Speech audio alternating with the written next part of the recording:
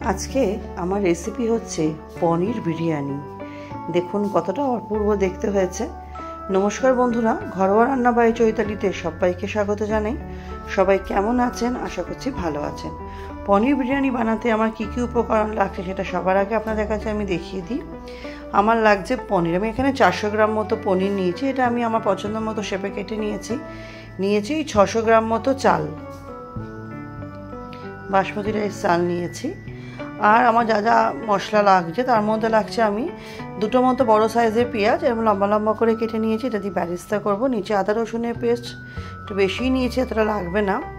নিয়েছি 2টো মতো পেঁয়াজ কুচি করে নিয়েছি পনিরের রেসিপিটা করব বলে। 3টে মতো টমেটো আমি মিক্সিতে পেস্ট করে নিয়েছি আলাদা করে, দেখুন এভাবে। আর নিয়েছি শাহি গরম মশলাটা, একটা বাটিতে নামিয়ে নিয়েছি, যতটুকু লাগবে ব্যবহার করব। নিয়েছি ধনে গুঁড়ো, জিরে গুঁড়ো, তেজপাতা আর লবঙ্গ, এলাচ, কাশ্মীরি লঙ্কার গুঁড়ো। এটা হচ্ছে বিরিয়ানি মশলা নিয়েছি। আর আমার ওদিকে টক দই রাখা আছে যদি লাগে। আর একটা দুধের মধ্যে আমি কিছুটা হলুদ গুলে নিয়েছি, আপনারা চাইলে হলুদের জায়গায় কেশর দিতে পারেন। নিয়েছি কেওড়ার জল, নিয়েছি হচ্ছে গোলাপ জল।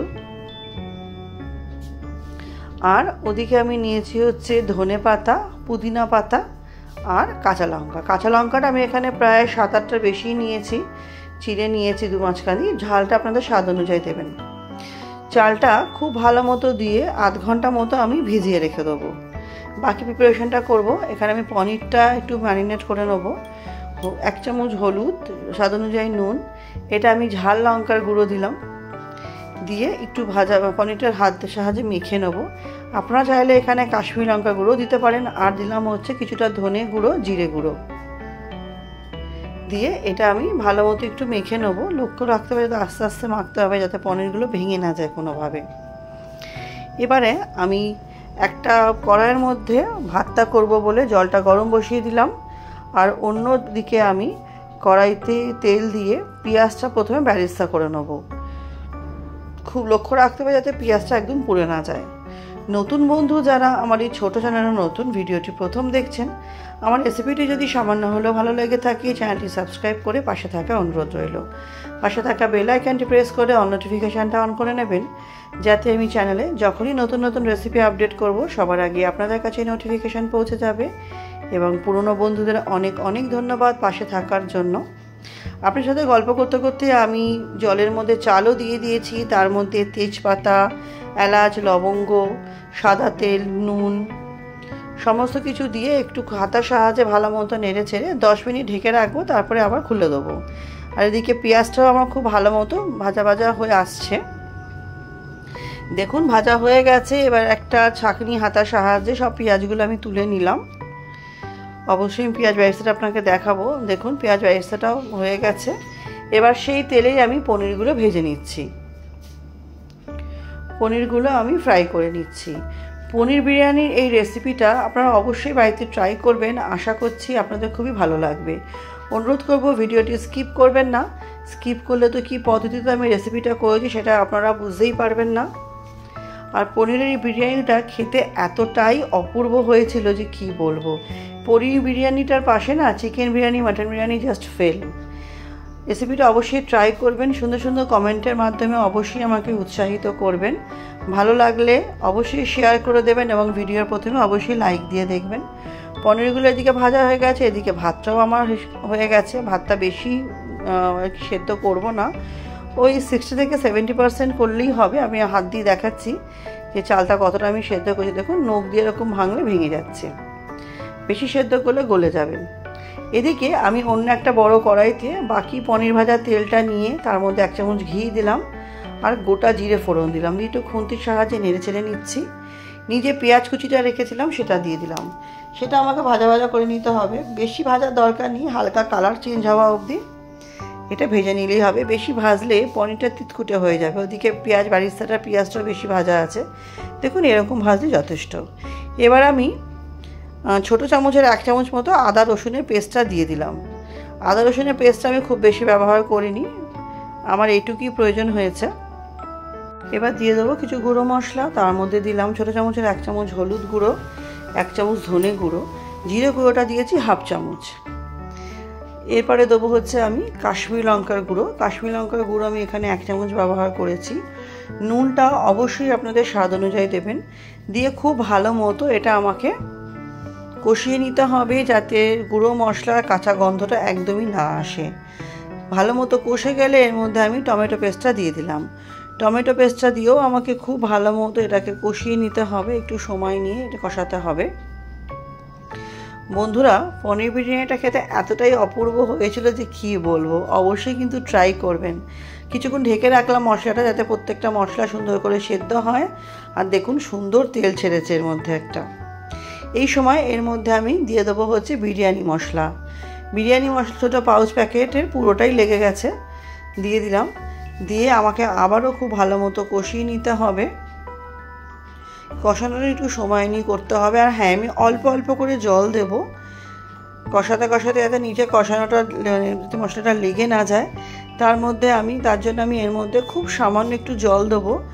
জল দিয়ে একটু ভালো মতো নাড়াচাড়া করে নিয়ে আবার আমার জলের প্রয়োজন হয়েছিল, আমি আরও 2বার এরকম অল্প অল্প করে জল দিয়েছিলাম। যেহেতু পনিরটাতে আমি ঝোল করব না, গামাখা গ্রেভি করব, সেই জন্য অল্প অল্প করে জল দিচ্ছি। আর এটাকে আমি একটু কষে নিচ্ছি, যাতে মশলাগুলো একদম সুন্দরভাবে সুসিদ্ধ হয়ে যায়। দেখুন তেল ছাড়তে আমার শুরু করে দিয়েছে, মানে মশলাগুলো খুব ভালো মতোই আমার কষে গেছে। এর মধ্যে আমি আরেকটু জল দিয়ে আরেকটু ভালো করে মশলাটা কষিয়ে নিচ্ছি। দেখুন ঠিক এই পদ্ধতিতে মশলা যখন খুব ভালো মতো কষে যাবে বন্ধুরা, তারপর আমি দেখুন খুব সুন্দরভাবে মশলাটা কষে গেছে। তারপর আমি এর মধ্যে দিয়ে দেবো হচ্ছে পনিরের টুকরোগুলো। পনিরের সব টুকরোগুলো একে একে করে এর মধ্যে আমি দিয়ে দেবো। দিয়ে আমি খুব ভালো মতো পনিরের সাথে মশলাটা গ্রেভিটা আর কি আমাকে মিশিয়ে নিতে হবে খুন্তির সাহায্যে। দেখুন সবকটা পনিরই আমার দেওয়া হয়ে গেছে। আর ওপর দিয়ে আমি দিয়ে দেবো হচ্ছে কিছুটা পেঁয়াজ বেরেস্তা, যেটা ভেজেছিলাম তার হাফটা দিয়ে দিয়েছি পেঁয়াজ বেরেস্তা। দিয়ে আমি খুন্তির সাহায্যে ভালো মতো একটু মিশিয়ে নিচ্ছি, যাতে গ্রেভিটা আরেকটু কমে আসে। দেখুন ঠিক এইভাবে। বাড়িতে গেস্ট আসলে বন্ধুরা অবশ্যই, তারা যদি চিকেন মাটন খেতে ভালোবাসে তো ঠিক আছে, বাট তারা যদি একটু অন্যরকম কিছু খেতে চায় অবশ্যই কিন্তু পনির বিরিয়ানিটা করে দিতে পারেন। এবার দিয়ে দিলাম আমি হচ্ছে বেশ খানিকটা ধনেপাতা, অল্প কিছুটা পুদিনা পাতা, আর দেবো কাঁচা লঙ্কাগুলো, যেগুলো আমি চিড়ে রেখেছিলাম। দেখুন ঠিক এইভাবে আর একটু ধনেপাতা দিয়ে দিলাম। আর ওপর দিয়ে আমি আবারও দিয়ে দিচ্ছি পেঁয়াজ বেরেস্তাটা। এবার আমি ভাতটা দিয়ে লেয়ার করব। ভাতটা আমি আগে করে, যেটা আপনাকে দেখালাম, একটা থালার মধ্যে ঢেলে নিয়ে পাখার নিচে কিন্তু ভাতটা আমি একটু শুকনো হতে, মানে ঝরঝরে হতে দিয়েছিলাম। দিয়ে দিলাম হচ্ছে কিছুটা ওই দুধের মধ্যে হলুদ মেশানো ওই গোলাটা 4 চামচ মতো দিয়ে দিলাম। ভাতটা ঝরঝরে মানে পাখার নিচে দিলে কী হয় বন্ধুরা, যেটুকু ভাতের গায়ে জল লেগে থাকবে সেটা শুকিয়ে যাবে। এবার ওপর দিয়ে আমি ভাতের লেয়ারটা দিয়ে দিচ্ছি। ভাতের লেয়ারটা আমি সুন্দরভাবে দিচ্ছি, যেহেতু কড়াইটা আমার বড় সেই জন্য আমি লাস্টে এই কড়াইটা নিলাম। ভাতের লেয়ারটা সুন্দরভাবে আমাকে কিন্তু হাত দিয়ে এরকম চেপে চেপে করে দিতে হবে বন্ধুরা। প্রথম ভাতের লেয়ারটা সুন্দর করে চেপে চেপে দিয়ে দিলাম।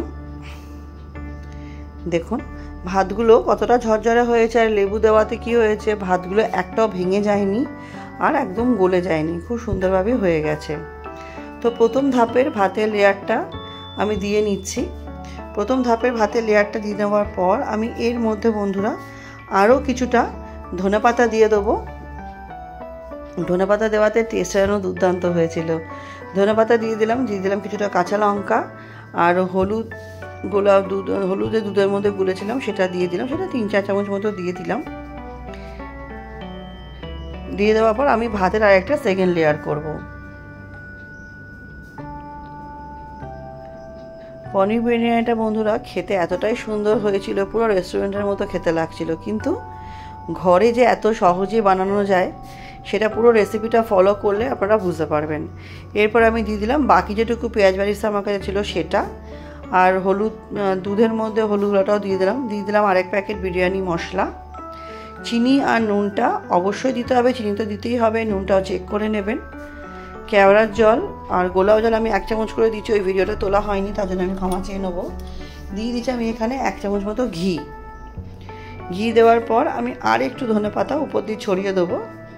এটা জাস্ট দেখতে সুন্দর লাগছে, গার্নিশিংয়ের জন্য দিচ্ছি, আপনারা নাও দিতে পারেন, স্কিপ করতে পারেন। এবার এটাকে আমি ঢেকে সিমে বসিয়ে দেবো। ঢেকে সিমে এটাকে আমি ওই 35 মিনিট মতো বসিয়েছিলাম। 35 মিনিট পর দেখুন খুব সুন্দরভাবে আমার বিরিয়ানিটা রেডি হয়ে গেছে। আমি অবশ্যই আপনাদের একটু দেখাবো কেমন দেখতে হয়েছে খুন্তির মাধ্যমে। আমার অবশ্যই সার্ভ করে তো দেখাবো এই প্লেটে। দেখুন কতটা সুন্দর হয়েছে বন্ধুরা। এবার আমি বিরিয়ানিটা একটু নিচ থেকে তুলে দেখাচ্ছি। দেখুন নিচেও সুন্দরভাবে হয়েছে, কোনো রকমভাবে আর কি নিচে ধরে যায়নি, নিচটাও ভালো হয়েছে। এবার আমি প্লেটে সার্ভ করে নিচ্ছি। দেখুন বন্ধুরা এত অপূর্ব দেখতে হয়েছে, খেতেও কিন্তু অপূর্ব হয়েছিল। আমার সাথে ভিডিওটি শেষ অবধি দেখার জন্য আপনাদের সকলকে অনেক অনেক ধন্যবাদ। তাহলে আজকের মতো আমি এখানেই বিদায় নিচ্ছি। ভিডিওটা আমি এখানেও শেষ করছি। এবার গরম গরম খাবার পালা। আপনারা সবাই ভালো থাকবেন, সুস্থ থাকবেন। নেক্সট দিন দেখা হবে অন্য ভিডিওতে।